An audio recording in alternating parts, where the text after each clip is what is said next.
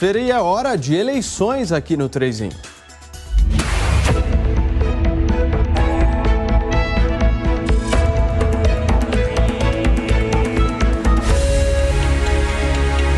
Eleições 2022. O Tribunal Superior Eleitoral emitiu hoje um comunicado informando que a versão mais recente da urna eletrônica será submetida, inclusive, a testes de segurança. A solicitação faz parte de uma das sugestões listadas pelas Forças Armadas. A Corte afirmou que os novos equipamentos passaram por uma fiscalização bem parecida com a que foi feita no modelo anterior. As urnas foram submetidas ao chamado Teste Público de Segurança em maio deste ano. Os testes da nova versão serão conduzidos em julho e agosto por pesquisadores da Escola Politécnica da USP.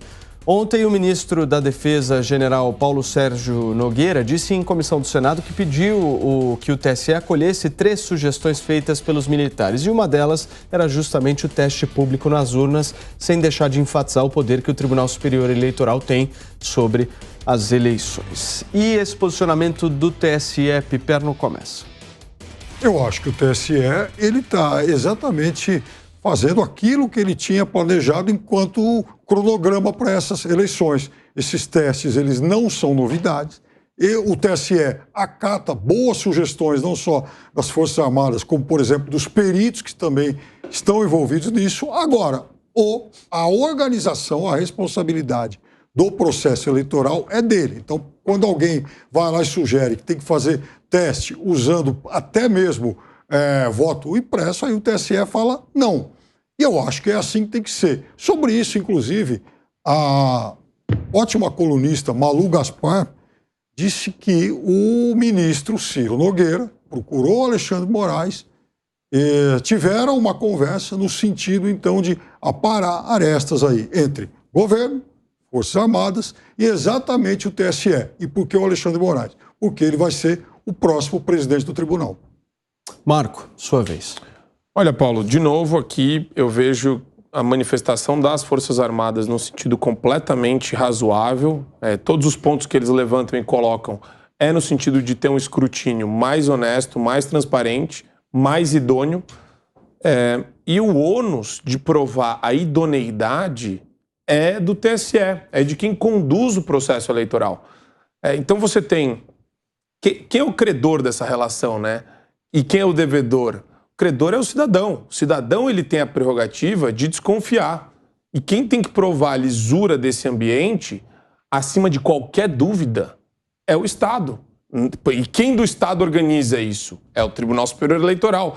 É uma logiquinha bem fácil assim, de seguir. Não tem tanta polêmica com relação a isso. Agora, o que é estranho é quando você tem o convite para o ministro comparecer, ministro do Supremo comparecer, nesse caso o Fachin foi convidado, e não participar. Então você tem uma ausência reiterada dos ministros do Supremo e do TSE em convites formais, oficiais, feitos pelo Senado. Então existe aí um déficit de legitimidade e de respeito ao que você tem no Senado. E quem está no Senado são os senadores, eles representam os estados. Quer dizer, existe uma espécie de não tô nem aí para vocês por parte do judiciário. Eles não estão nem aí. Eu dou uma desculpa, falo que eu não posso. Da outra vez que foram chamados também, simplesmente não apareceram. Quer dizer, isso é um problema sério que a gente vai ter que lidar. Eu acho que sim, a gente tem que chegar num ponto em que os ministros, eles têm que tomar vergonha na cara e parar de fazer pronunciamento constantemente dentro e fora do Brasil sobre a presidência da República e sobre as Forças Armadas. Enquanto isso não acontecer, eu não vou encarar como se tivesse tudo normal. Não está normal.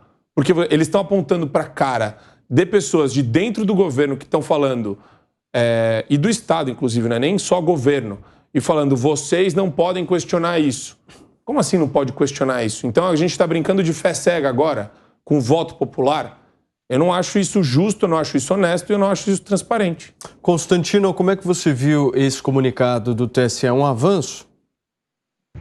Não, Paulo, isso não nem tangencia a raiz do problema, né? E pelos motivos que o próprio Marco já trouxe. Veja, o grau de inversão da imprensa.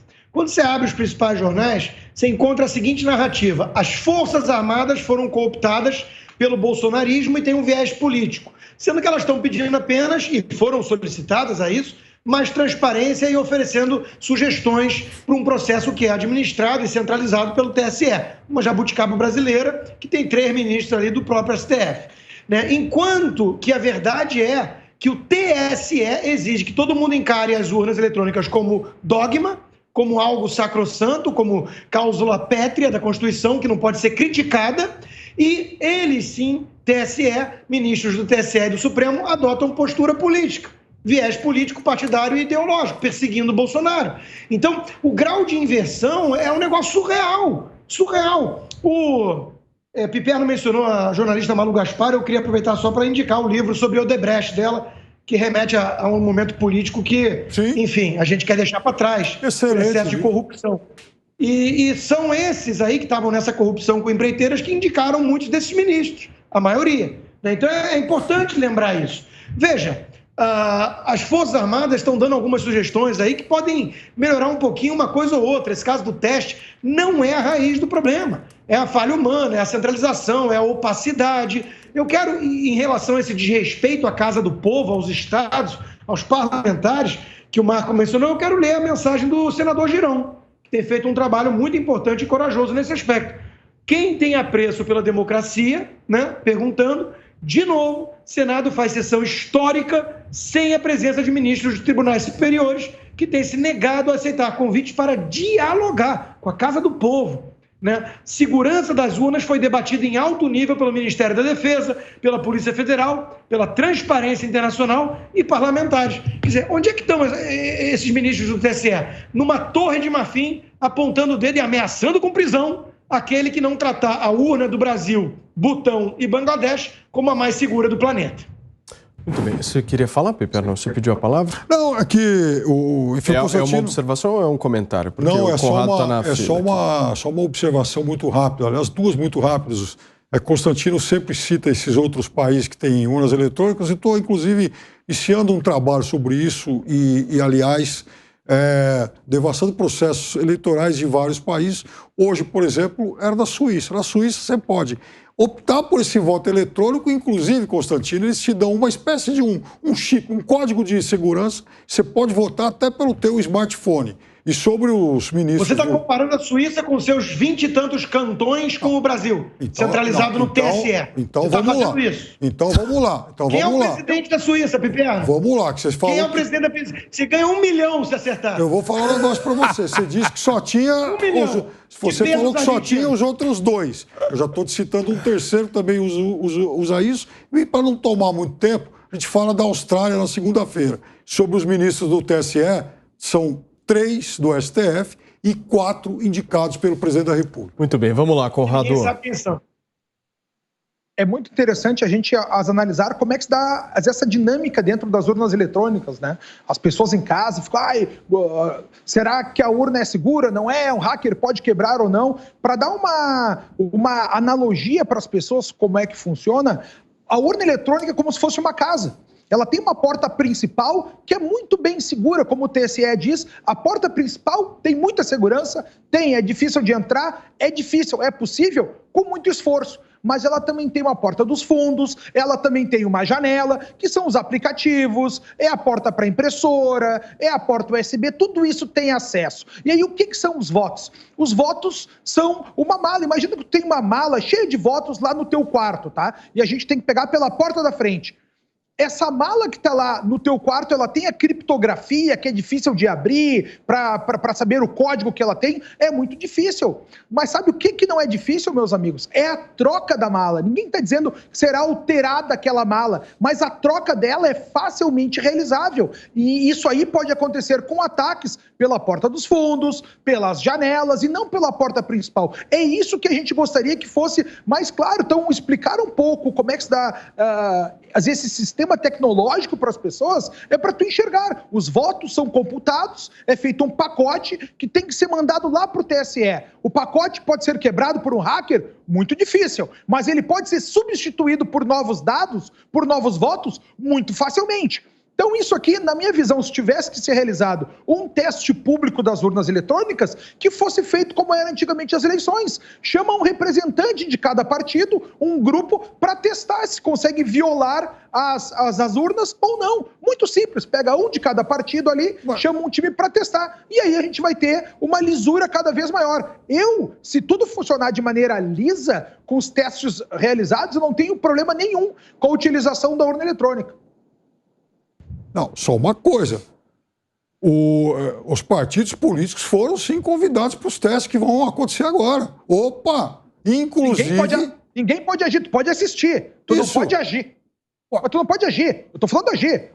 Claro, põe o representante de cada partido para ver se consegue, chama o time, né? Cada um traz, nós queremos o sistema mais liso possível, mais transparente possível. Cada partido chama seus técnicos e tenta ver se consegue invadir a urna ou não. É simples. Conrado, a sua sugestão é até interessante, mas não resolve a questão, na minha opinião.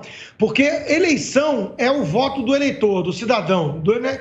E esse tem que acreditar no sistema. Então, você está delegando todo o controle aos representantes dos partidos, pode ser, mas eu prefiro entender que a população tem que ter a confiança na aferição pública. Sim. É por isso que a Alemanha, por exemplo, a Corte Suprema da Alemanha rejeita um modelo como o nosso. Sim. A França, então, não quer nem ver de perto. Né? Países que Piperno deve achar talvez atrasados, não sei.